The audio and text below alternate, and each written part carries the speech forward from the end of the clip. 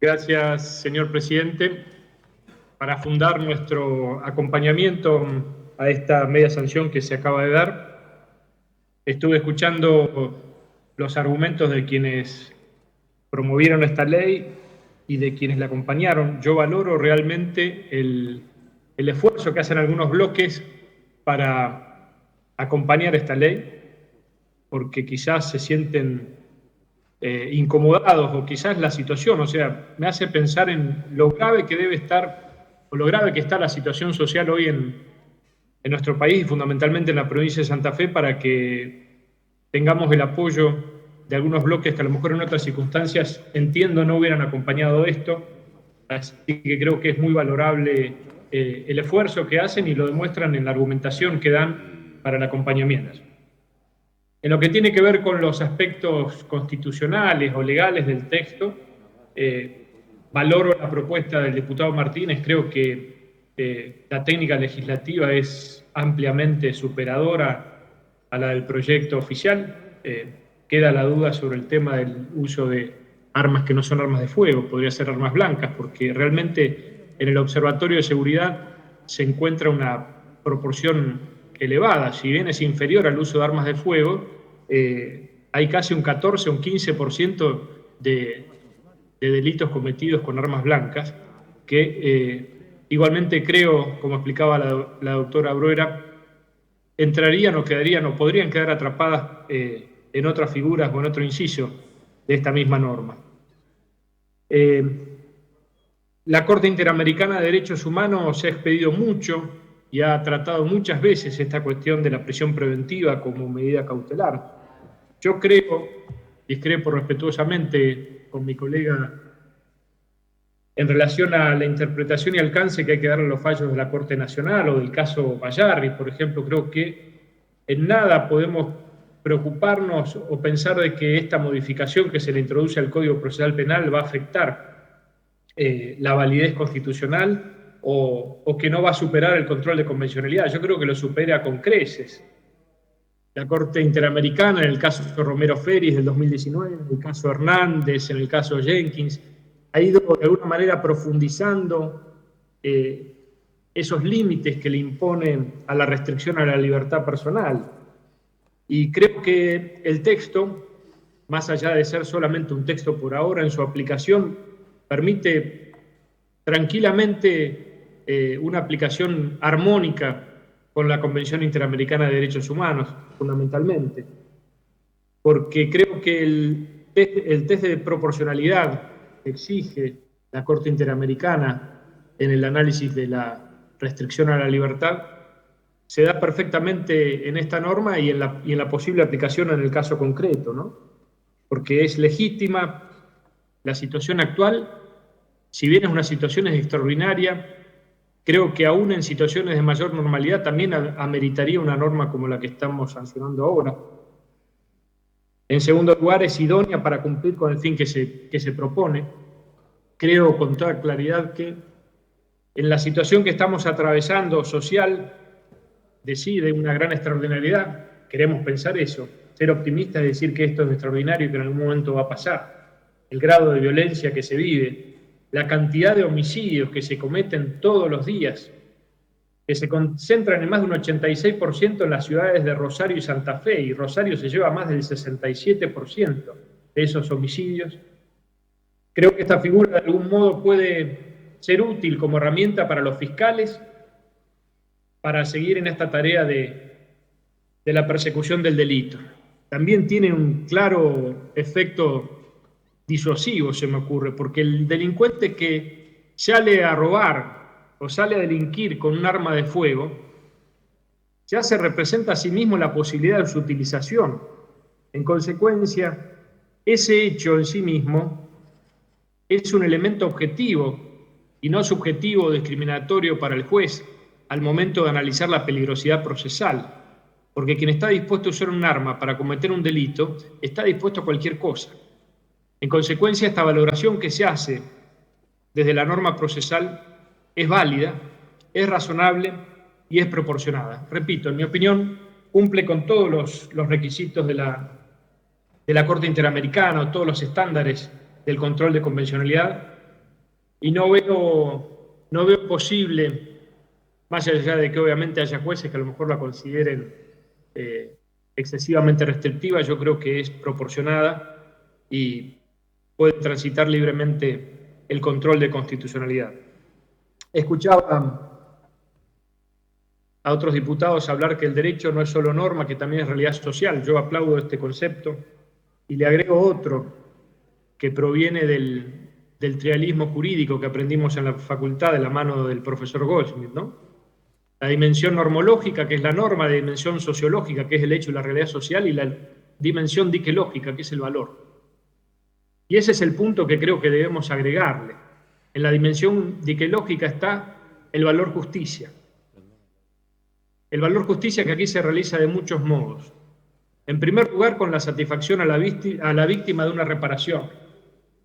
En segundo lugar, con un elemento que también fue considerada por la diputada que mencionaba este tema, y que tiene que ver con transformar esa realidad social que viven quienes están en esta situación de comisión de delitos, pero también quienes están privados de su libertad. Creo que ese tema nos lleva, y si bien no hace directamente esta cuestión del Código Procesal, sí hace quizás a ese desencanto o a esa falta de esperanza o de carácter positivo que debe una norma, como decía recién la diputada, que no ve que solucione nada. Yo creo que esto soluciona, y claro, por supuesto, en la medida que nosotros la acompañemos con otras medidas. Y la reforma del sistema penitenciario claramente es una de ellas. Las cárceles primero deben ser dignas, y hoy claramente no lo son.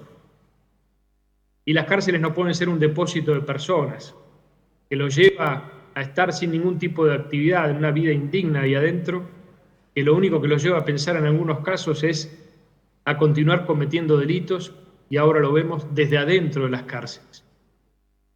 Nuestra propuesta ha sido siempre, con relación al sistema penitenciario, una reforma integral, que implique no solo la construcción de más cárceles frente a esto que señalaban, que las cárceles están cada vez más llenas, sino que además sean dignas y que tengan en cuenta además el perfil de los delincuentes o de los condenados que allí están, para de algún modo permitir desde las salidas temporarias hasta la posibilidad de terminar la escuela primaria, secundaria, aprender un oficio, de modo tal de lograr ese objetivo siempre tan lejos y tan ilusorio de la posibilidad de que esa persona luego se reinserte en la sociedad y pueda encontrar un trabajo útil, pueda sostener a su familia y no siga o sienta la tentación de seguir en el camino del delito.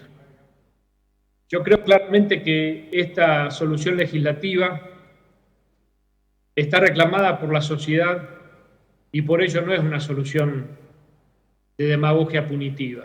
Al contrario, creo que demagogia punitiva es seguir sosteniendo que esto no es solución, pero tampoco ponerse en serio, ni oponer, ni ofrecer alternativas concretas y prácticas, porque cada vez que yo veo esta discusión siempre se termina diciendo hay que hacer más escuelas, hay que hacer más hospitales, hay que hacer más obra pública, hay que dar vivienda digna. Por supuesto que eso hay que hacer. Y claramente tiene que ver con esa dimensión que decíamos antes, la dimensión diquelógica. Y sobre eso hay que trabajar y sobre eso creo que deberíamos hablar en la discusión que tengamos del presupuesto 2022. Porque allí vamos a ver si realmente estamos sosteniendo con nuestras acciones lo que decimos en nuestros discursos. Entonces creo que este proyecto de ley o esta media sanción que acabamos de dar va a brindar una alternativa más, una más de las tantas que debe dotársele a la justicia para enfrentar este flagelo de la violencia, que por supuesto es multicausal, que reconoce muchas causas, y la social que mencionábamos antes es una de ellas. Pero hoy no podemos hablar de esa figura del delincuente como la persona excluida de la sociedad, que va a cometer un delito y que el aparato penal represor, en manos del poder omnímodo del Estado, al servicio de una casta, lo expulsa más todavía. Hoy estamos hablando del delito organizado.